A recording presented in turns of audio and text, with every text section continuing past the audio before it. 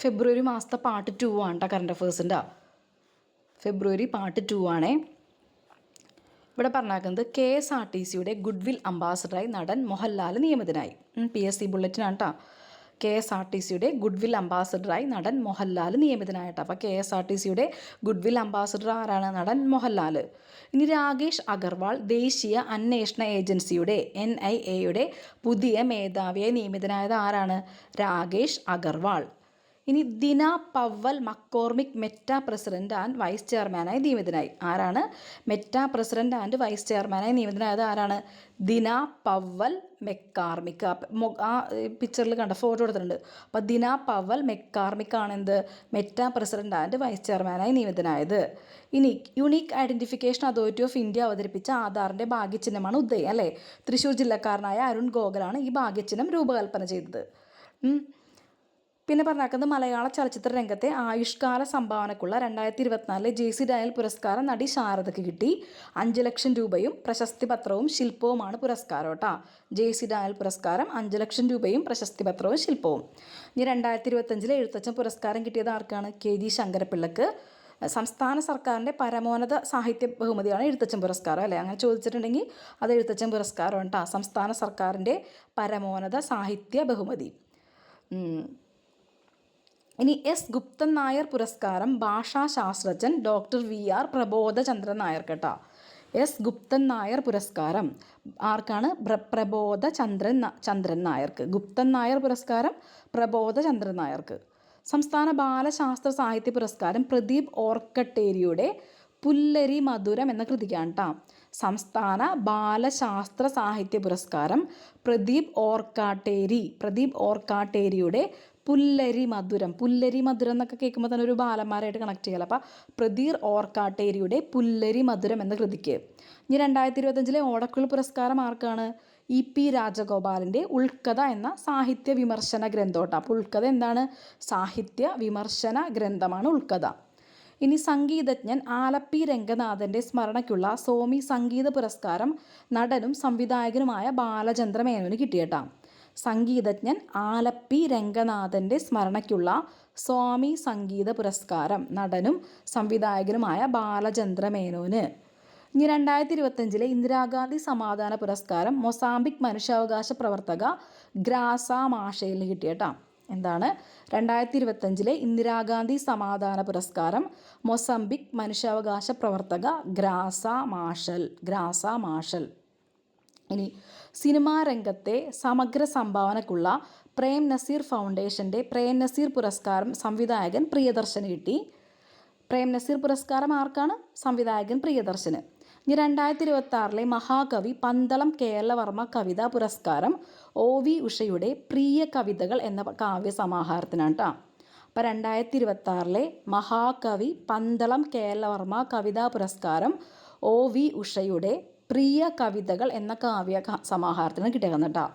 പന്തളം കേരളവർമ്മ കവിതാ പുരസ്കാരം. അപ്പോൾ ഓർത്തിരുന്നു, 2026 മഹാകവി പന്തളം കേരളവർമ്മ കവിതാ പുരസ്കാരം OV ഉഷയുടെ പ്രിയ കവിതകൾ എന്ന കാവ്യ സമാഹാരത്തിനുണ്ടാവും. ഇതല്ലാതെയും ചോദിക്കും, അതായത് OV ഉഷയുടെ കവിത ഇതിലേതാ കൃതി എന്നൊക്കെ ഉള്ളതിലേ മാച്ച് ദ ഫോളോയിങ്ങിലൊക്കെ കാണാൻ പറ്റും. അപ്പോൾ OV ഉഷ പ്രിയ കവിതകൾ. ഇനി പ്രിയദർശിനി സാഹിത്യ പുരസ്കാരം കിട്ടിയത് ആർക്കാണ്? M ലീലാവതി കേട്ടോ. പ്രിയദർശിനി സാഹിത്യ പുരസ്കാരം പ്രൊഫസർ M ലീലാവതി. എന്താണ്? പ്രിയദർശിനി സാഹിത്യ പുരസ്കാരം പ്രൊഫസർ M ലീലാവതി. ഇനി സത്യജിത് റായ് ഫിലിം സൊസൈറ്റിയുടെ 13ാമത് സത്യജിത് റായ് പുരസ്കാരം കിട്ടിയത് TV ചന്ദ്രനാണ്. അപ്പോൾ 13ാമത് സത്യജിത് റായ് പുരസ്കാരം കിട്ടിയത് ആർക്കാണ്? TV ചന്ദ്രന്. ഇനി ലെഫ്റ്റനന്റ് കേണൽ സീത അശോക് ഷെൽക്കെക്ക് സുഭാഷ് ചന്ദ്രബോസ് ആപ്ത പ്രബന്ധൻ പുരസ്കാരം കേട്ടോ. ആർക്കാണ്? ലെഫ്റ്റനന്റ് കേണൽ സീത അശോക് ഷെൽക്കെക്ക് എന്താണ്? സുഭാഷ് ചന്ദ്രബോസ് ആപ്ത പ്രബന്ധൻ പുരസ്കാരം. അപ്പം പഠിച്ചോ, സുഭാഷ് ചന്ദ്രബോസ് ആപ്ത പ്രബന്ധൻ പുരസ്കാരം കിട്ടിയത് സീത അശോക് ഷെൽക്കെക്ക്. ഇനി അമേരിക്കൻ എവല്യൂഷണറി ബയോളജിസ്റ്റായ ഡോക്ടർ ടോബി കിയോഴ്സ് ആണ് പരിസ്ഥിതി നോബൽ എന്നറിയപ്പെടുന്ന ടൈലർ പ്രൈസിന് അർഹനായത് കേട്ടോ. വെക്കേഷൻ ആയതുകൊണ്ട് കുട്ടികളുടെ സൗണ്ടാണ് ബാക്ക്ഗ്രൗണ്ട്.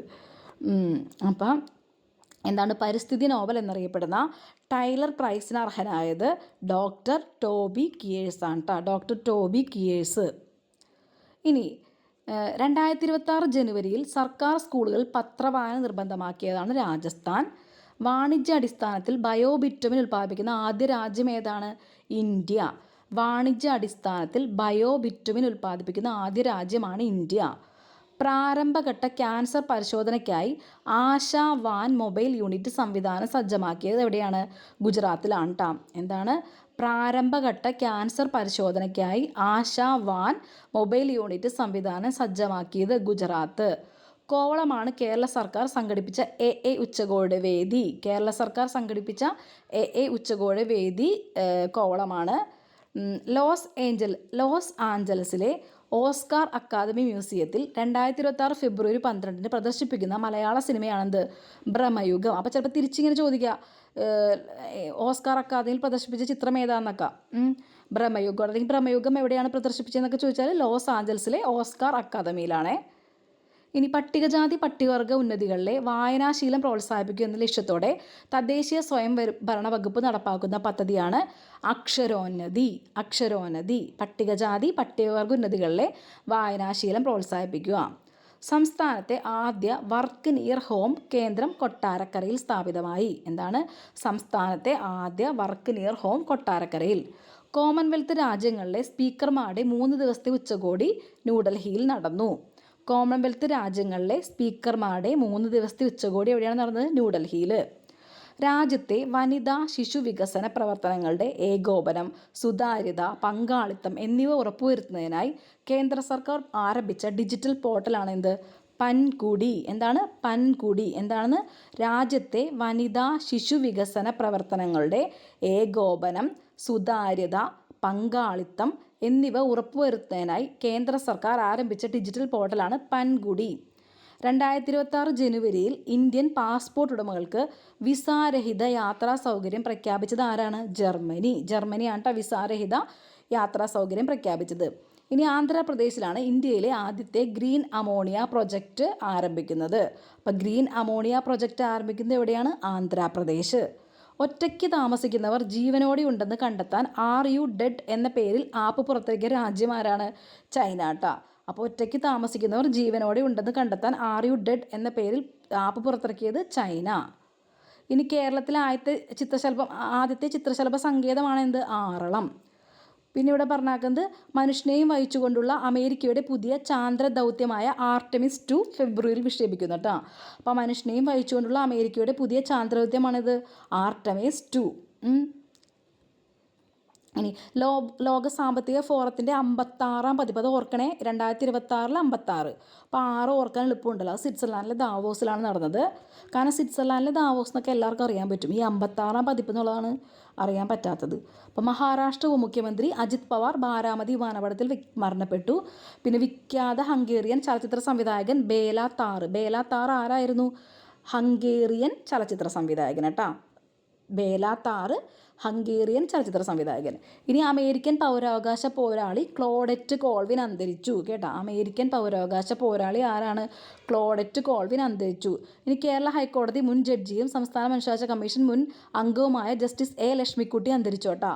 അപ്പോൾ കേരള ഹൈക്കോടതി മുൻ ജഡ്ജിയായിരുന്നു, സംസ്ഥാന മനുഷ്യാവകാശ കമ്മീഷൻ്റെ അംഗവുമായിരുന്നു A ലക്ഷ്മിക്കുട്ടി. മുൻ ഇന്ത്യൻ ഫുട്ബോൾ താരം ഇലിയാസ് പാഷ അന്തരിച്ചു. ആരാണ്? ഇന്ത്യൻ ഫുട്ബോൾ താരം കേട്ടോ. കേരള ഹൈക്കോടതി മുൻ ജഡ്ജി ജസ്റ്റിസ് സിരിജഗൻ അറിയാലോ, നമ്മുടെ തെരുവ് നായ്ക്കളുടെയൊക്കെ പ്രശ്നമായിട്ട്. അപ്പോൾ സിരിജഗൻ അന്തരിച്ചു. പിന്നെ പ്രശസ്ത മാധ്യമപ്രവർത്തകൻ മാർക്ക് ടളി അന്തരിച്ചു. ഓക്കെ, അപ്പോൾ ഫെബ്രുവരി മാസത്തെ ഫസ്റ്റുള്ള കറണ്ട് PSC ബുള്ളറ്റിൻ കംപ്ലീറ്റ് ആയിട്ടുണ്ട്. ഇനിയൊരു സെക്കൻഡ് പാർട്ട് കൂടി ഉണ്ട്, അത് നമുക്ക് എടുക്കാം കേട്ടോ.